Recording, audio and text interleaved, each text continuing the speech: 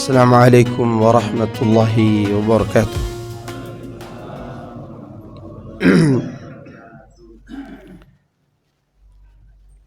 إن الحمد لله نحمده ونستعينه ونستغفره ونعوذ بالله من شرور أنفسنا وسيئات أعمالنا.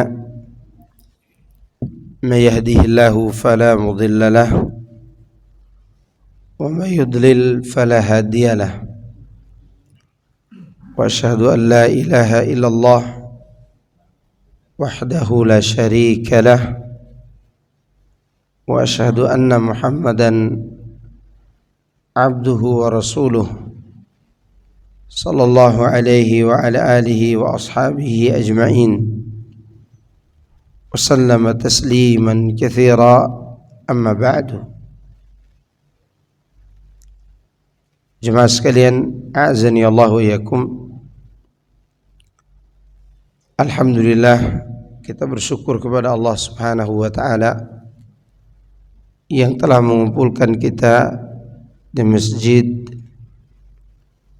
Jabal Ar-Rahmah di daerah Viladago ini.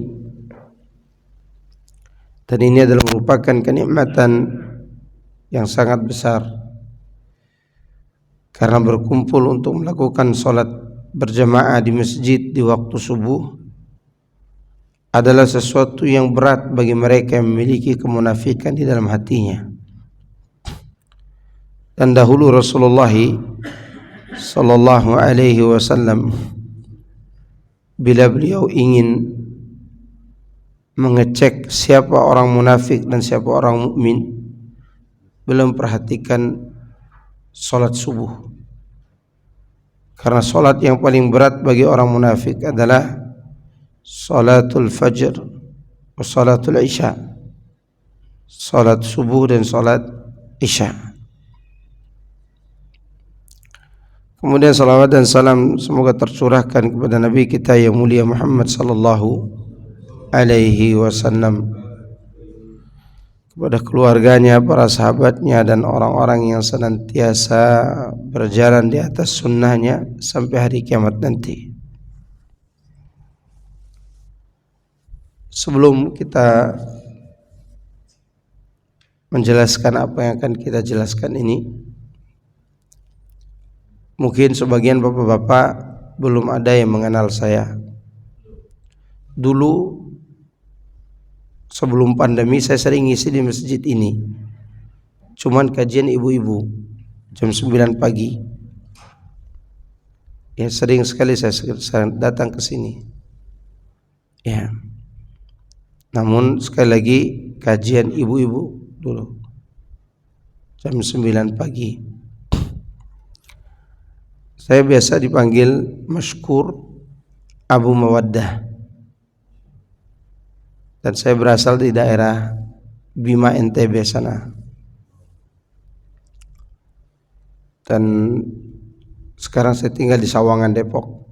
Dulunya tinggal di Telaga Kahuripan. Jadi kontraktor, maksudnya kontrak sana kontrak sini. Iya.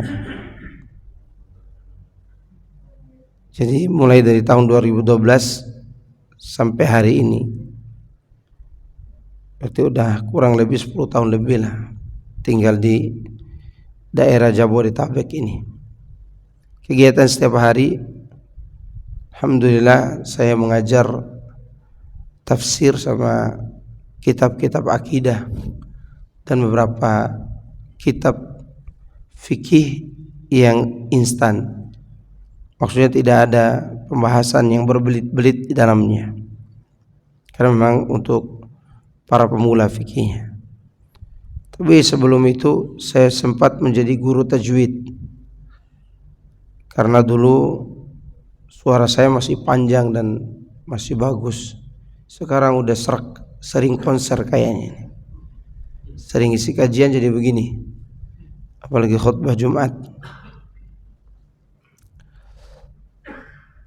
Dan mengenai sekolah saya, pendidikan terakhir pondok pesantren, dan saya memang dari dulu suka masuk di pondok pesantren yang belajarnya itu klasik, tidak akademik. Karena memang di pondok pesantren klasik itu mengandalkan hafalan dan menghabiskan kitab. Adapun akademik biasanya meringkas kemudian dijadikan buku. Kami tidak. Ya, kalau anak lebih suka pada pondok pesantren yang klasik. Maka oleh karena itu saya tidak punya titel. Ya, kalaupun dimasukkan titel mungkin ya SPDI gitu. Karena saya pernah kuliah juga, tapi ijazahnya saya tidak ambil. Ya, karena banyak sogok-sogok ketika ngambil ijazah itu. Ya, maka saya tidak ambil. Ya, untuk dapat ijazah harus bayar, padahal saya bisa juga untuk mendapatkan tanpa membayar. Ya udah, saya buang aja, enggak boleh. Karena enggak perlu saya hidup dengan itu. Mau dipakai orang terserah, kalau tidak juga tidak masalah. Buktinya hari ini kita bisa berkumpul di sini tanpa anak harus menyandang titel di sini. Iya. Bahkan saya pernah mengisi kajian, mengisi khutbah di daerah Bintaro itu. Kata DKM-nya, Ustadz tidak boleh isi khutbah di sini kecuali dengan titel. Kata saya, anak pulang aja. Atau disuruh ganti yang lain yang bertitel di situ. Kemudian si moderator atau bagian pengumuman itu mengatakan tidak menyebut titel, tapi menyebut Habib. Ternyata lebih tinggal Habib daripada titel. Ya, yang akan menjadi khatib dan imam hari ini adalah Al-Mukarram Al-Habib Ustadz Mashkur. Jadi ternyata Habib itu tidak ditolak karena mungkin titelnya lebih tinggi. Makanya banyak orang yang sedang dipanggil Habib, padahal hidung saya ini setengah mancung, tetapi dipanggil Habib. Fitnah luar biasa, fitnah doktrin ini luar biasa. Ya, sampai Anda bilang kalian telah berbohong kepada orang banyak. Saya tidak bertitel dan saya bukan seorang Habib. Hanya karena saya ingin dijadikan khatib sampai kalian berbohong. Sampai hari ini saya tidak pernah lagi khutbah di situ. Ya, jadi ini inisial saya. Ya, kalau ditanya lebih banyak lagi, apakah Ustaz sudah menikah? Ya sudah, alhamdulillah. Ya sudah beranak 5.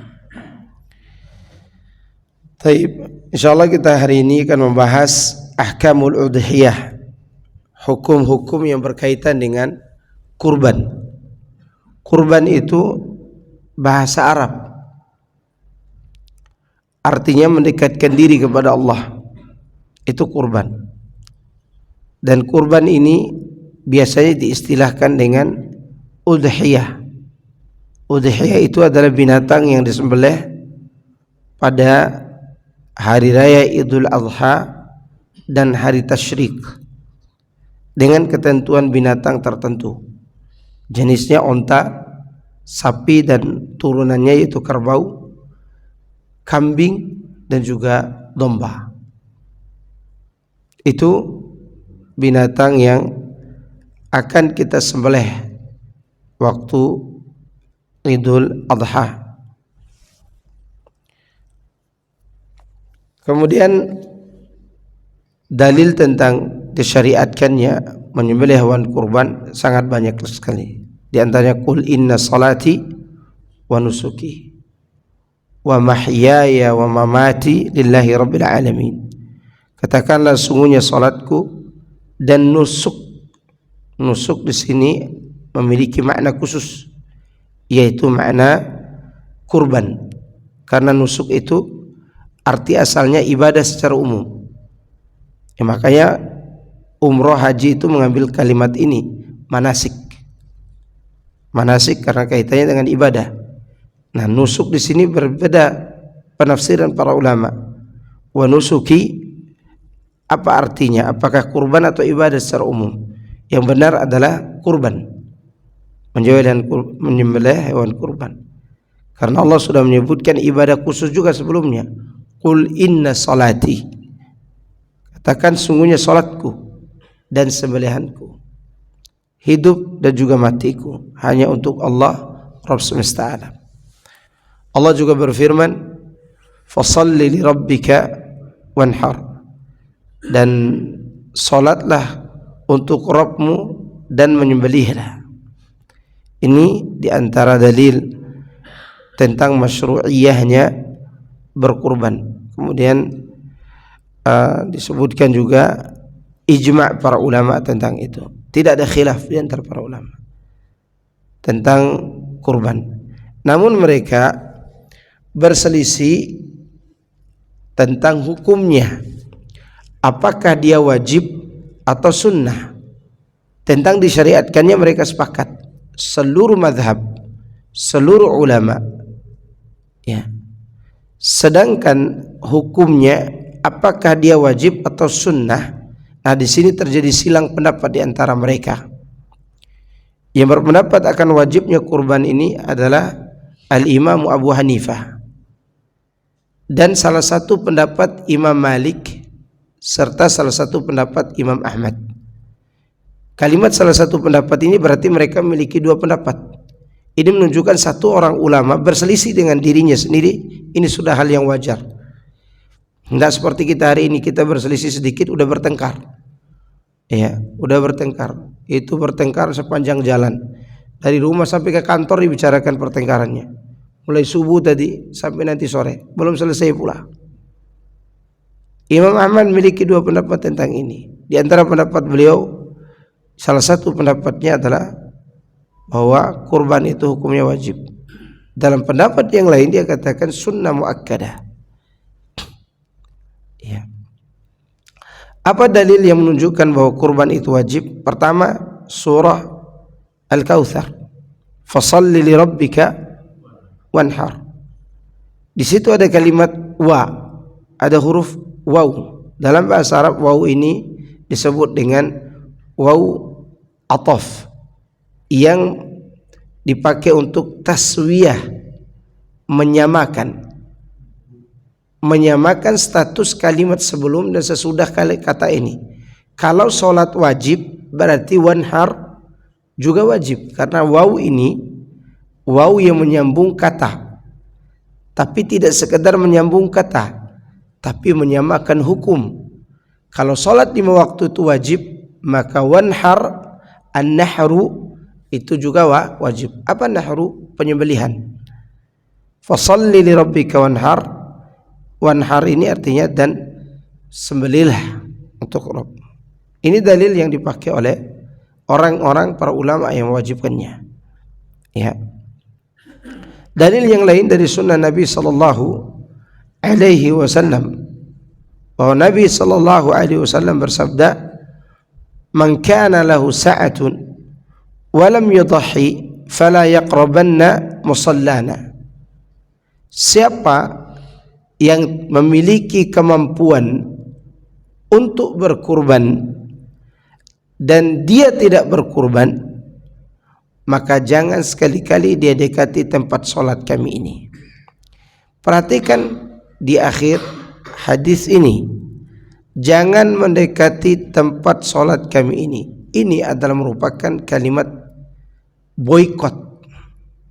Rasulullah memboikot orang-orang yang tidak berkurban.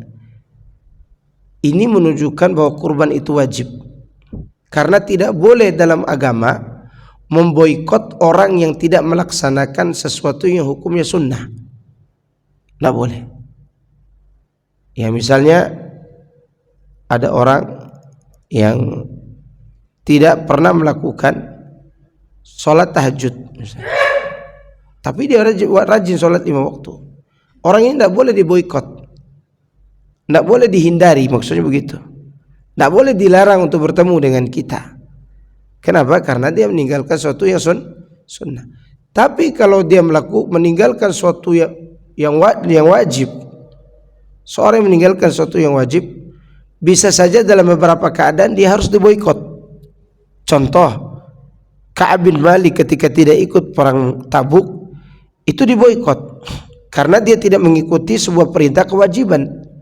Nah, dalam Islam kalimat boikot ini tidak pantas ditujukan kepada suatu atau seorang yang meninggalkan amalan yang hukumnya sunnah, tapi ditujukan kepada seorang yang meninggalkan amalan yang hukumnya wajib. Nah, kalau Nabi memboikot orang yang tidak mau berkurban, berarti kurban itu wajib apa sunnah?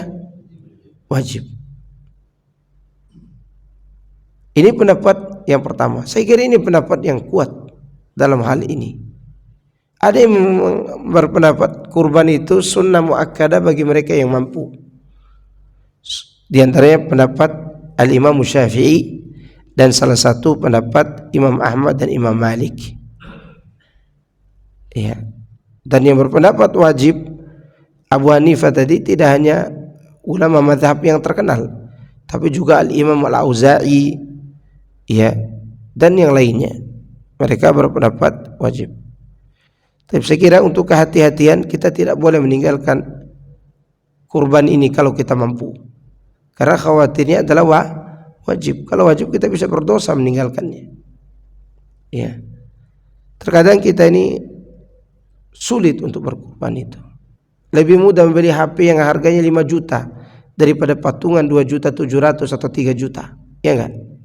Padahal itu adalah merupakan ibadah yang sangat mulia di bulan Dzulhijjah ini selain haji dan umrah, yaitu menumpahkan darah hewan. Ya. Ini mengenai hukum. Kalau Bapak bertanya, Ustadz mana yang rajih? Saya tetap berpendapat wajib, karena kekuatan dalilnya sangat kuat. Fasholli li rabbika wanhar. Waw di sini waw yang sangat kuat, kecuali ada dalil yang memalingkannya kepada hukum sunnah. Mungkin sebagai bapak-bapak pernah pelajari bahwa itu sunnah muakkadah. Iya, karena itu memang pendapat dalam mazhab Asy-Syafi'i. Pendapat mazhab Syafi'i wajar, karena memang sebagian besar umat Islam di Indonesia mengikuti mazhab Asy-Syafi'i, dan itu tidak tercela. Untuk kita yang taklid tidak tercela. Untuk kita yang tidak sanggup membahas hadis dhaif, hadis lemah, usul fikih, qawaidul fiqhiyah, kemudian usul tafsir dan yang lainnya, maka mentaklid kepada suatu yang ada nasnya tidak masalah. Ya. Namun untuk kehati-hatian, bapak-bapak yang memiliki kemampuan, jangan tinggalkan amalan yang luar biasa ini. Nabi Ibrahim alaihissalam, saking pentingnya masalah ini, dia hampir menyembelih siapa? Ismail. Kalau kurban itu sunnah, tidak mungkin akan disuruh menyembelih anaknya sendiri ketika tidak ada binatang. Kalau kurban itu apa? Sunnah. Bukankah boleh meninggalkan sesuatu yang sunnah ketika kita tidak sanggup? Nabi Ibrahim alaihissalam disuruh menyembelih anak semata wayangnya, berasal dari siapa? Istrinya bernama Hajar, dan baru punya anak waktu itu. Belum tahu apakah Ishak akan terlahir atau tidak. Tapi subhanallah, dia diuji dengan itu dan Nabi Ibrahim mau menyembelihnya. Kira-kira masihkah kita berpikir itu hukum sunnah? Anak loh yang mau disembelih ini. Sebagai ujian. Kemudian keutamaannya,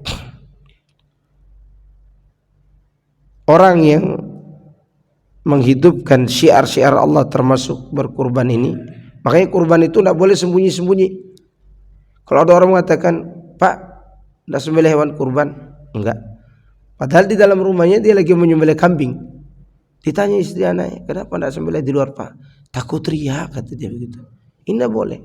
Sembelih itu diperlihatkan. Cuman yang tetap dijaga adalah niat. Apa yang dijaga? Niat kita. Kalau kita punya niat yang baik dan mau berkurban, beritahukan banyak orang, tidak masalah. Asal jangan bersombong-sombong. Tetapi bergembira dengan besarnya hewan kurban dan bagusnya hewan manusiawi. Manusiawi. Makanya Allah memuji orang-orang yang menghidupkan syiar ini, dan syiar itu artinya ibadah yang harus diperlihatkan. Ibadah yang harus diperlihatkan. Jangan salah paham juga tentang riya ini. Riya itu bukan berarti semua yang terlihat itu riya. Riya itu kaitannya dengan apa? Niat dalam hati. Kata Allah Subhanahu wa taala tentang orang yang mengagungkan syiar ini, dzalika wa may yu'azzim sya'airallah fa innaha min taqwal qulub. Yang demikian itu barang siapa yang mengagungkan syiar-syiar Allah, maka itu adalah bersumber dari ketakwaan hati. Jadi Allah memuji orang-orang seperti ini sebagai bentuk apa? Ketakwaan. Karena memang sulit berkurban itu bapak-bapak. Sulitnya bukan karena tidak mampu beli hewan, tapi khawatir berkurangnya harta. Saya melihat contoh di sebagian daerah, kalau untuk ritual kesyirikan, karena itu tidak ada kaitannya kurban untuk Allah, tapi kurban untuk berhala-berhala dan tempat-tempat keramat, orang berani menyembelih 1 ekor sapi 1 orang. Kenapa? Karena tidak berat di hati, tidak ada ujiannya. Sedangkan kurban ini banyak ujiannya. Ya, saya biasanya touring sama teman-teman yang anak-anak motor, ya, dan tidak ada yang pakai helm yang KYT yang harganya 800.000, 200.000, tidak ada. Helmnya itu di atas angka 6 juta sampai 12 juta satu helm. Itu mereka tidak perhitungan. Tapi kalau udah datang hari kurban nggak ya? Kurban nggak ya? Helm yang di kepala yang dia pakai ini kalau pakai KYT pun udah cukup gitu. Ini 11 juta di kepala ini. Dia tidak pernah nanya beli nggak ya? Karena tidak ada kaitannya dengan apa? Ibadah mahdhah, ibadah yang murni. Kurban ini adalah ibadah. Dan memang begitu kondisinya, diuji kita. Nah, kita harus keluar dari zona nyaman ini. Keluar dari kebakhilan kita. Agar kita menjadi mulia. Apa kemuliaannya? Fa innaha min taqwal qulub, kata Allah. Karena sesungguhnya orang yang menghidupkan syiar Allah itu bersumber dari ketakwaan hati-hati mereka. Dan ini pujian yang luar biasa. Kemudian disebutkan dalam sunnah Nabi, man dzabaha qabla as-salati fa innama yudhbahu li nafsihi wa man dzabaha ba'da as-salati faqad tamma nusukuhu wa asaba sunnata al-muslimin. Barang siapa yang menyembelih hewan kurban sebelum sholat, maksud sholat id, maka itu penyembelihan biasa untuk dirinya. Dan barang siapa yang menyembelih setelah sholat idul adha, maka dia telah menyempurnakan penyembelihannya, maksudnya kurbannya.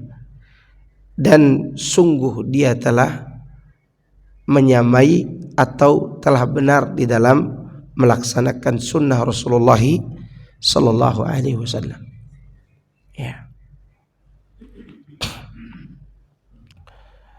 Dan Rasulullah SAW menyebutkan bahwa amal yang terbaik ketika beliau ditanya tentang itu di bulan Dzulhijjah selain haji, yaitu beliau katakan menumpahkan darah hewan. Ya, menumpahkan darah hewan kurban. Namun pertanyaannya adalah mana yang lebih baik? Mana yang lebih utama? Menyembelih sapi atau kambing? Antum bisa jawab. Ana minum dulu sedikit. Ini sudah serak nih. Mana yang lebih utama? Sapi atau kambing? Nggak, kita tidak bicara onta karena kebun binatang dan mengizinkan kita. Ya, kalau mau onta silakan ke Palestina untuk mengirimkan bantuan. Ya, yang lebih utama onta, oke.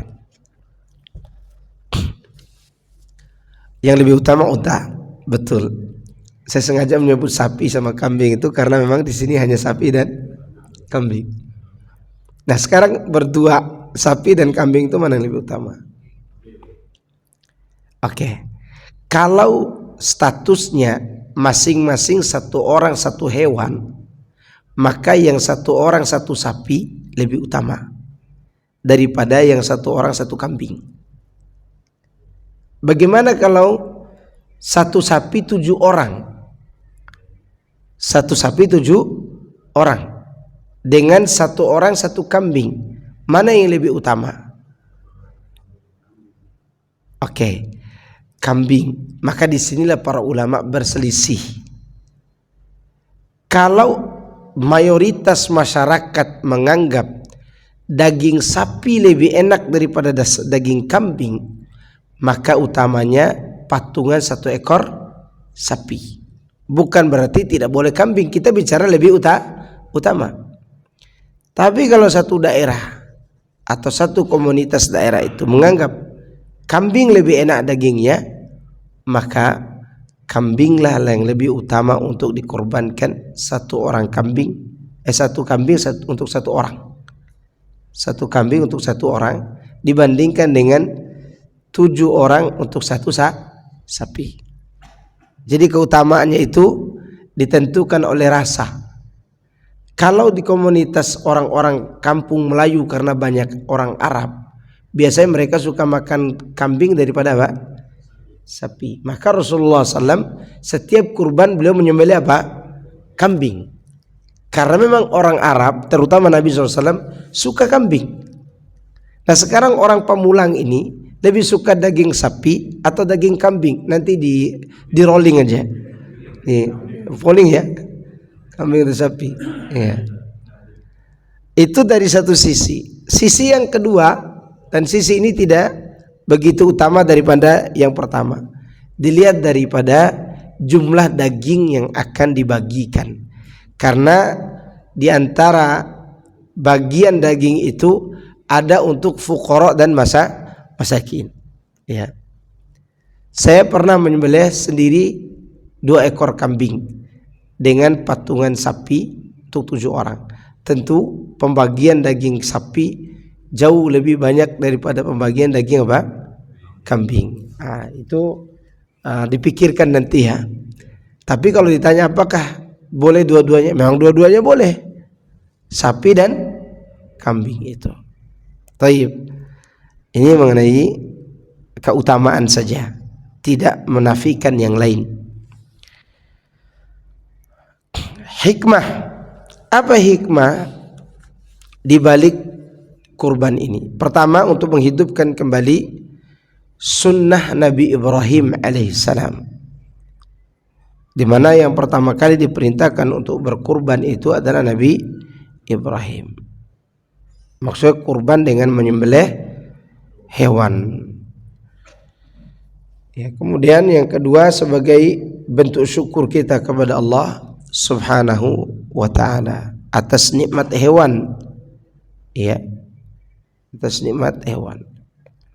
Yang ketiga, dalam perkara tersebut ada hubungan yang terjalin antara orang-orang satu orang keluarga dengan anggota keluarganya, kepala keluarga dengan siapa? Anggota keluarganya, dan juga orang-orang miskin. Karena daging ini boleh dimakan sendiri, dihadiahkan, dan diinfakkan. Perhatikan ya, makan sendiri berarti sahibul kurban. Dihadiahkan berarti tidak mandang bulu, mau kaya, mau miskin, agamanya juga agama lain boleh dikasih, karena dia apa? Hadiah. Boleh dikasih. Yang ketiga, diinfakkan, disodakohkan, berarti ini untuk orang-orang fakir, miskin. Yaitu daging tersebut. Penentuannya apa? Berapa penentuan? 1/3. Ini penentuan yang saya kira belum ada dalil yang jelas. Ya, 1/3 untuk yang punya, 1/3 untuk hadiah. Sebenarnya ini belum ditemukan hadis yang jelas. Para ulama berpendapat sekebutuhan saja. Sekebutuhan saja. Itu mengenai pembagian hewan kurban itu. Nanti insyaallah akan dibahas. Kemudian syarat berkurban. Kurban ini memiliki beberapa syarat, dan syarat ini ada macam-macam. Ada syarat jenis hewan, ada syarat umur, ada syarat waktu. Syarat jenis hewannya, jenisnya dari jenis onta, sapi, kambing. Nah, kerbau masuk dalam golongan sapi. Ya, kerbau masuk dalam golongan sapi. Domba masuk dalam golongan kambing. Ya. Syarat umur berbeda-beda syarat umur itu. Kalau onta harus sempurna 5 tahun. Minimal umurnya berapa? 5 tahun. Sedangkan sapi minimal 2 tahun. Tidak boleh kurang dari 2 tahun. Ya, maka jangan tertipu dengan bobot sapi yang besar-besar itu. Dilihat juga umurnya. Ya, saya pernah beli sapi besar tinggi, itu umurnya baru 1,5 tahun. Dan harus dipelihara lagi setahun oleh pemiliknya biar dijadikan sebagai hewan kurban. Ya, tidak bisa dipakai hewan kurban. Tinggi besar sapinya. Nah, karena harus 2 tahun. Kemudian kambing minimal 1 tahun. Domba minimal 6 bulan. Maka yang punya uang minim sekali bisa beli domba yang 1.700.000 kalau ada, 2 juta misalnya. Kalau ada 2 juta. Ya. Tapi sekarang udah ada kok. Kalau memang tidak bisa beli domba atau beli kambing biasanya 3 jutaan lebih ya ke atas. Sudah ada orang jual sapi, patungan 7 orang 2 juta, 1 orang dapat 1 ekor sapi. Iya, dapat 1 ekor sapi. Sudah ada yang menjual itu, tapi harus ke kandang. Kandang-kandang orang Bima sekitar sini banyak tuh jual-jual murah itu. Iya, orang-orang sekitar sini. Mungkin bapak-bapak ndak punya, nanti saya coba berikan linknya. Di sekitar sini banyak. Oke, ini mengenai apa?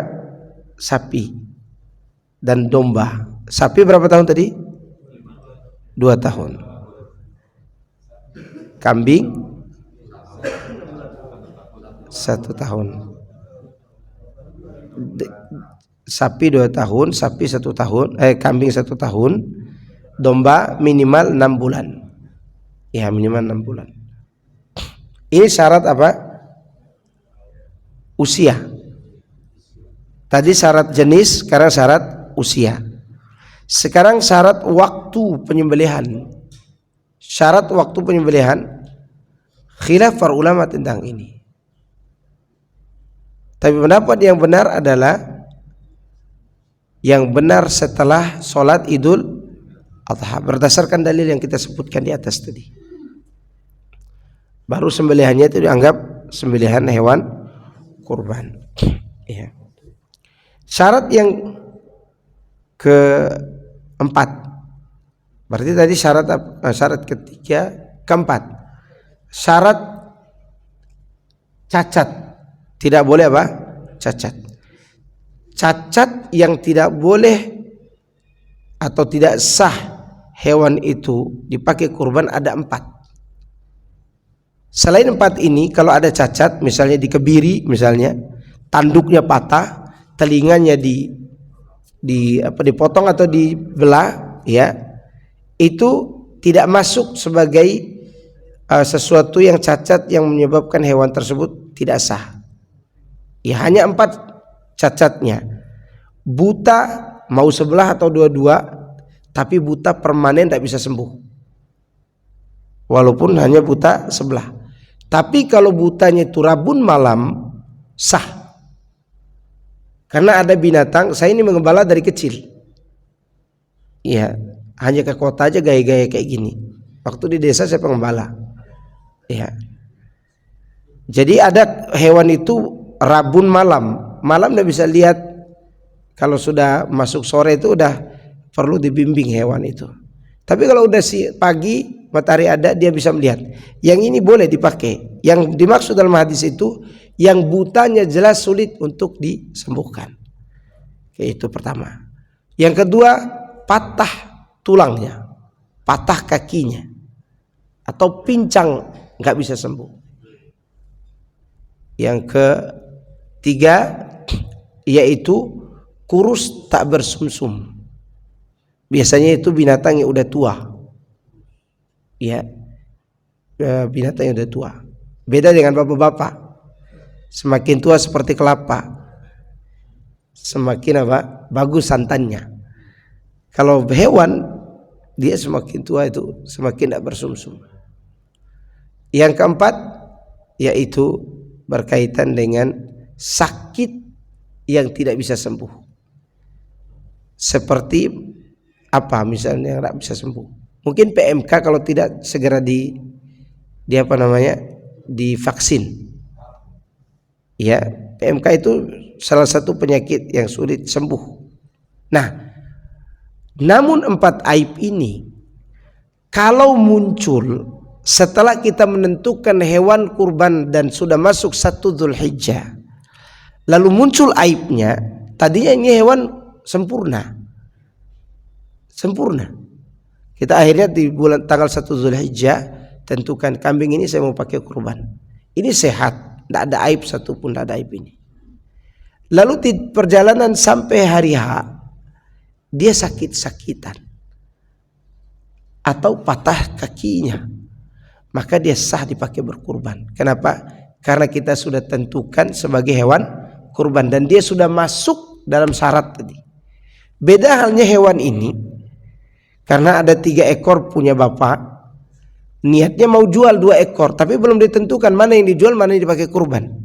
Kapan ditentukannya? Dekat-dekat hari kurban nanti, dekat-dekat penyembelihan. Qadarullah Hamin 2 ekor laku. Oke, 2 ekor laku kambing ini. 1 ekor ini belum ditentukan, tiba-tiba patah kakinya, maka ini tidak boleh dipakai berkurban. Kenapa? Karena belum ditentukan dari awal tanggal 1 Dzulhijjah.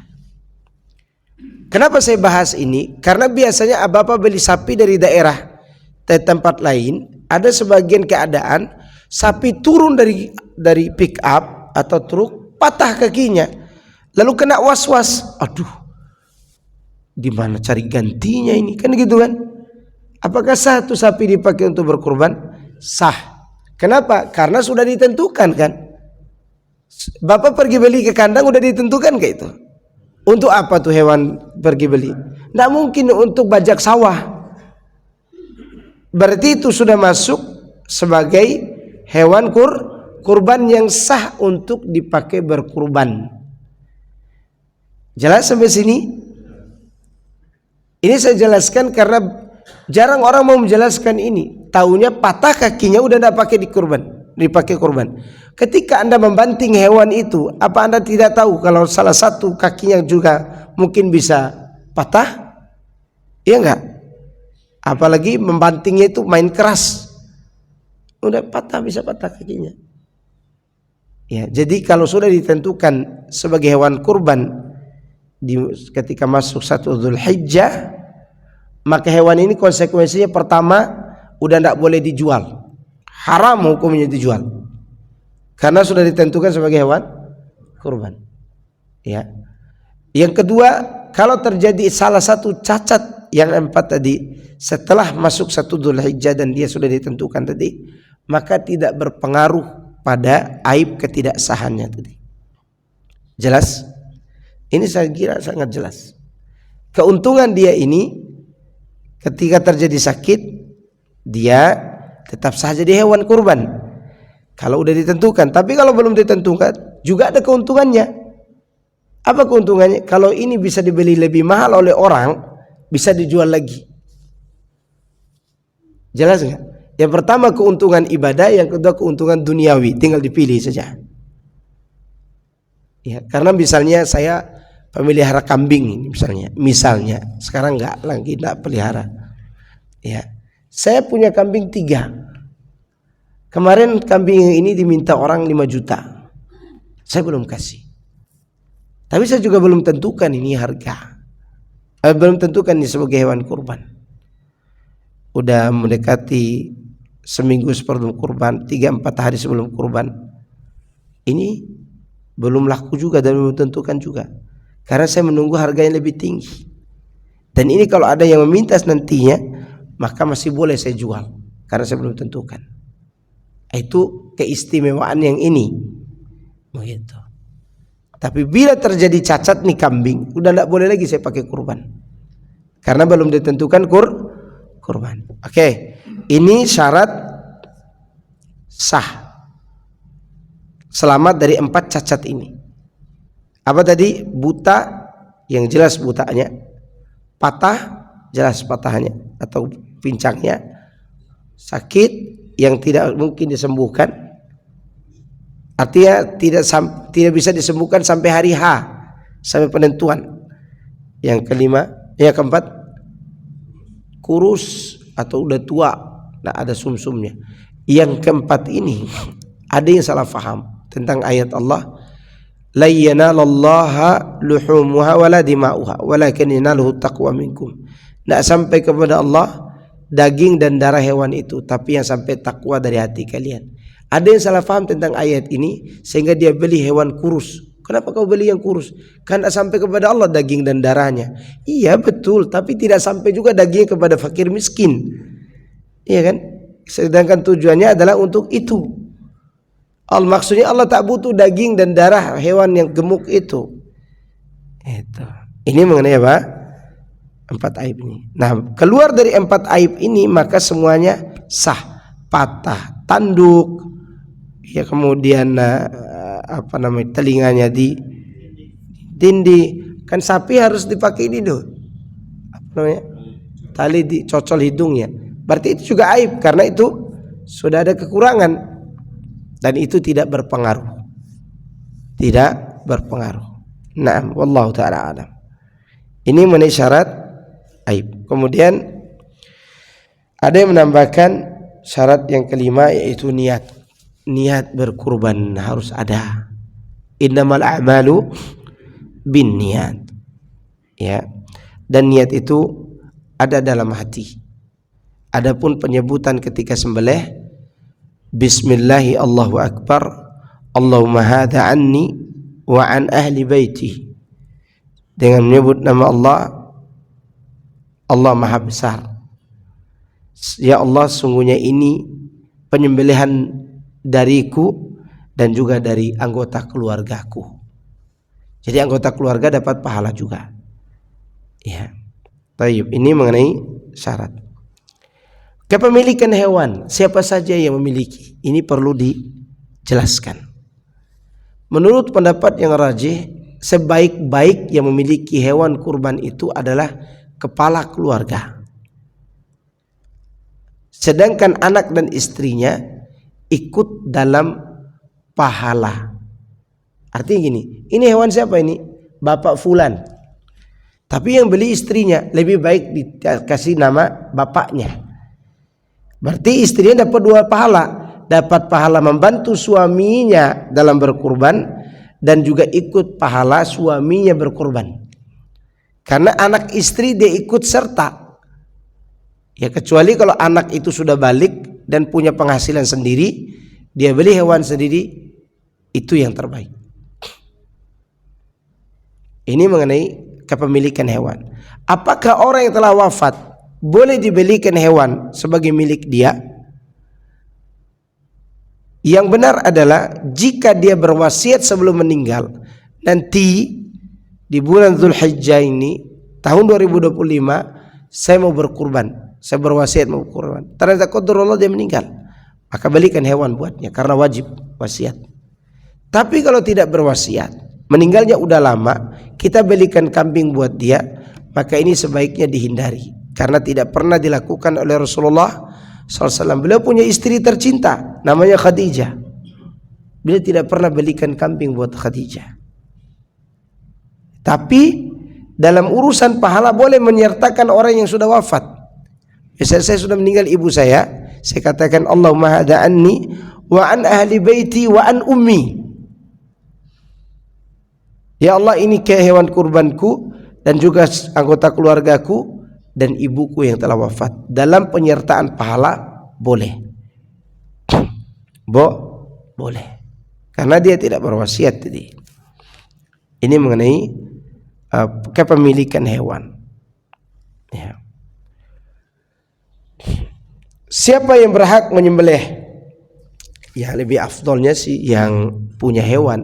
atau salah satu dari 7 anggota sapi tadi. Satu sapi tadi. Itu yang satu orang aja yang menyembelih. Jangan 7-7-nya. Iya. Satu orang. Dia yang menyembelih. Itu lebih afdal. Kalau tidak bisa, suruh orang yang bisa menyembelih. Tapi ingat, hindari orang yang tidak sholat ketika menyembelih. Anda sedang beribadah mahdhah ini, ibadah yang disandingkan dengan sholat. Disuruh orang yang tidak sholat yang menyembelih. Ajib gitu. Dalam mazhab Hambali, ini mazhab Hambali, walaupun saya tidak sepakat dengan pendapat ini. Dalam mazhab Hambali, sembelihan orang yang tidak sholat haram hukumnya. Karena orang yang tidak sholat lebih jelek dari orang Nasrani dan Yahudi. Menurut mazhab siapa? Hambali. Menurut mazhab Hambali, mazhab Maliki, mazhab Hanafi, sembelihan orang yang tidak sholat lebih buruk daripada ahlul kitab. Maka sembelihannya juga lebih buruk dari sembelihan siapa? Ahlul kitab. Kenapa? Karena kafirnya ahlul kitab, kafir yang merusak kitab. Kitabnya pernah diturunkan dari langit. Sedangkan menurut mazhab Hambali, kafir orang yang sholat, dia kafir murtad.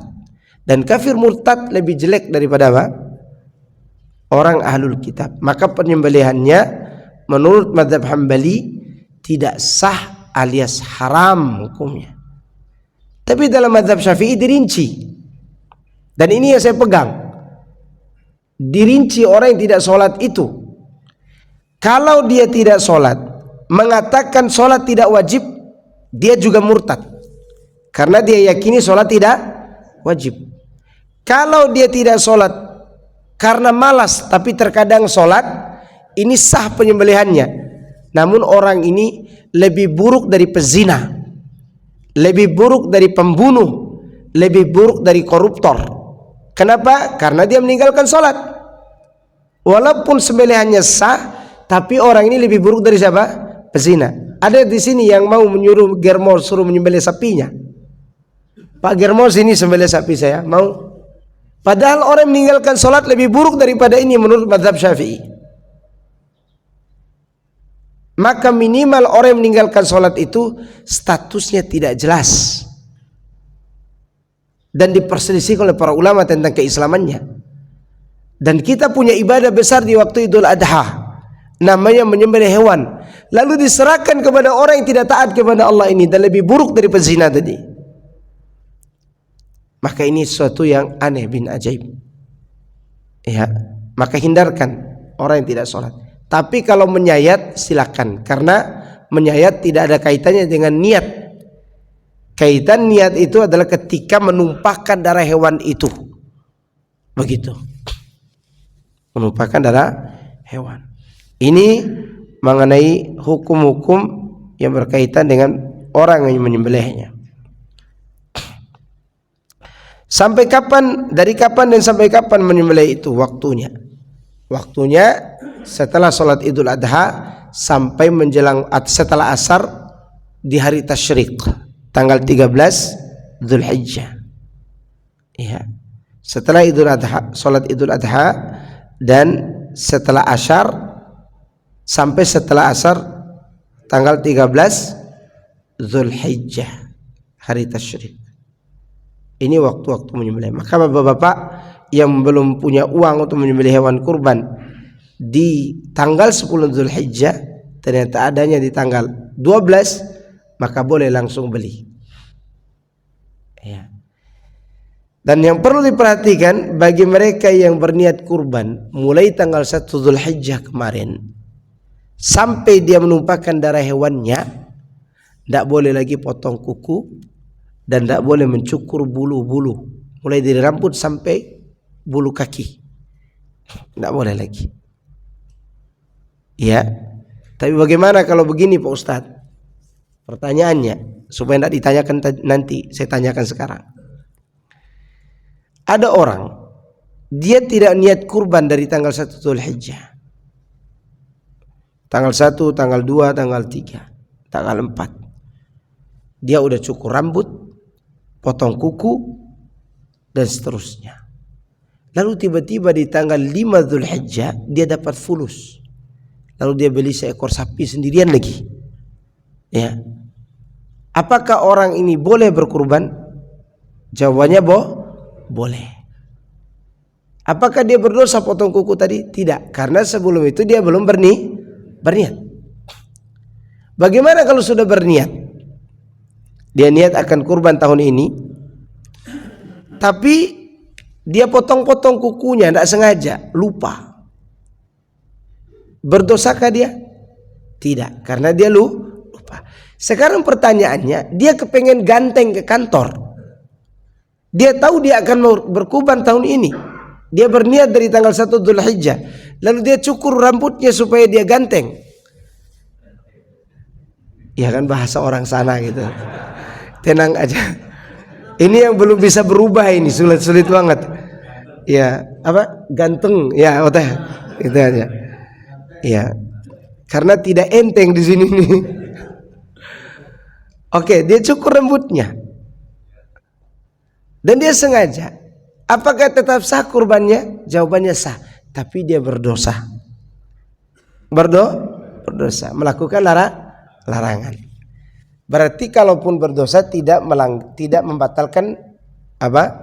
Kurban. Dia hanya melakukan sebuah larangan. Jadi larangan ini juga ibadah tersendiri, kurban juga ibadah tersendiri. Nah ini dia. Tapi saya kira itu yang bisa saya sampaikan dari materi kita, karena ini udah jam 6 nih. Ana terus terang setelah ini ada lagi kajian yang berkaitan dengan ini. Dan ini kajian rutin sebenarnya, tapi udah dialihkan ke pembahasan kurban karena mendekati kurban. 6. Tafadhal, ada yang bertanya sampai waktu syuruk, karena kajian ana lumayan sebentar lagi di Parung. Silakan.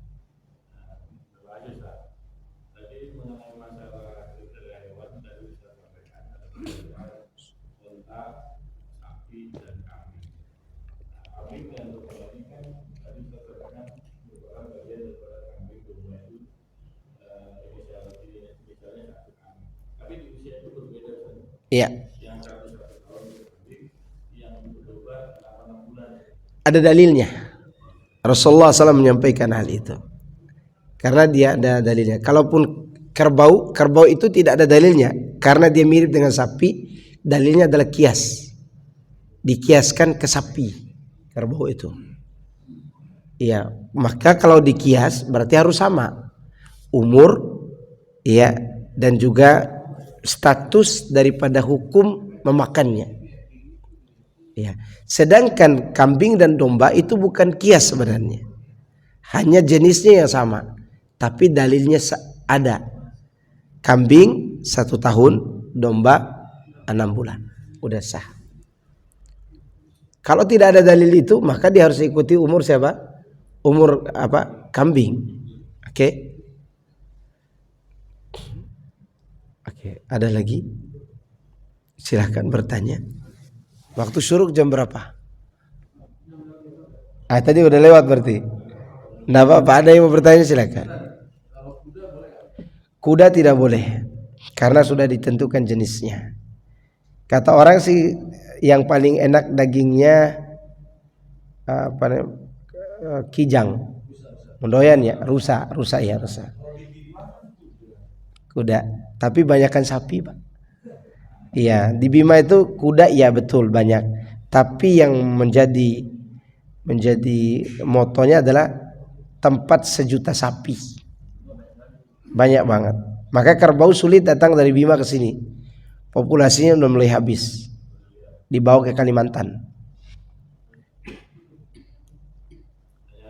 Fadhal.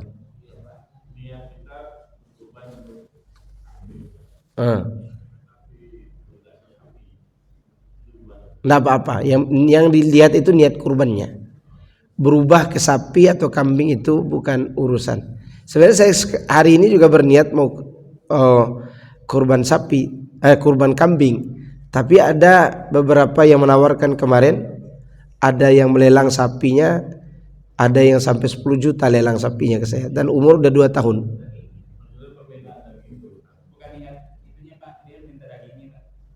Antum kurban kambing, minta, enggak masalah. Enggak masalah. Enggak masalah. Berarti antum tuh mendapat bagian hadiah dari orang lain.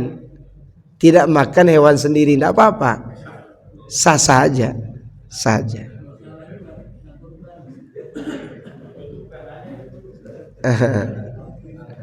Oke, udah ini. Oke, barakallahu fikum. Semoga ini jelas dan semoga menambah ilmu bagi saya dan semuanya. Dan semoga Allah Subhanahu wa taala menerima niat baik kita untuk berkurban di tahun ini. Dan semoga kita semua bisa pergi haji tahun depan. Saya tidak mengatakan tahun yang akan datang, tahun depan. Iya, dan itu doa dan niat itu tidak ada yang bisa menolaknya kecuali Allah yang menentukan. Akhir-akhir ini Anda pernah dengar seorang bernama Amir ya? Ya, yang tidak Amir ya, Al-Qaddafi. Amir Al-Qaddafi yang 3 kali pesawat bolak-balik gara-gara dia. Di paspornya itu ada Qaddafinya ya, mungkin ya, itu mungkin. Karena paspornya itu ada dianggap sebagai suatu pelanggaran kejahatan. Nama kejahatan gitu. Dia tidak mau pulang. Kata orang pulang dari bandara, enggak. Saya tidak akan pulang sampai saya pergi haji, kata dia. Pesawatnya pulang. Baru naik, take off, landing lagi. Iya. Kata bagian maskapainya ada kesalahan teknis. Diperbaiki, udah take off lagi. Balik lagi. Yang akhirnya kapten mengatakan tidak usah diperbaiki ini pesawat. Orang yang tidak jadi naik suruh naik. Akhirnya dia pergi haji sekarang dan dia kloter terakhir. Jadi tidak ada yang tidak mungkin bagi Allah. Tidak ada yang tidak mungkin bagi Allah. Kalau Allah mengundang kita tahun depan, insya Allah kita akan berangkat. Berapa banyak orang sekarang yang sudah pesan hotel ratusan juta dan jadi berangkat karena belum dipanggil oleh Allah Subhanahu wa taala. Yang kita tunggu itu adalah undangan. Tapi uangnya tidak ada Pak Ustadz. Siapa tahu bapak-bapak besok lusa Allah kasih uang masing-masing, tidak banyak, 6 miliar satu orang. 6 miliar itu tidak banyak dibandingkan yang korupsi 300 triliun. Iya enggak? Jelas? Subhanakallahumma wa bihamdika asyhadu an la ilaha illa anta astaghfiruka wa atubu ilaik. Assalamualaikum warahmatullahi wabarakatuh.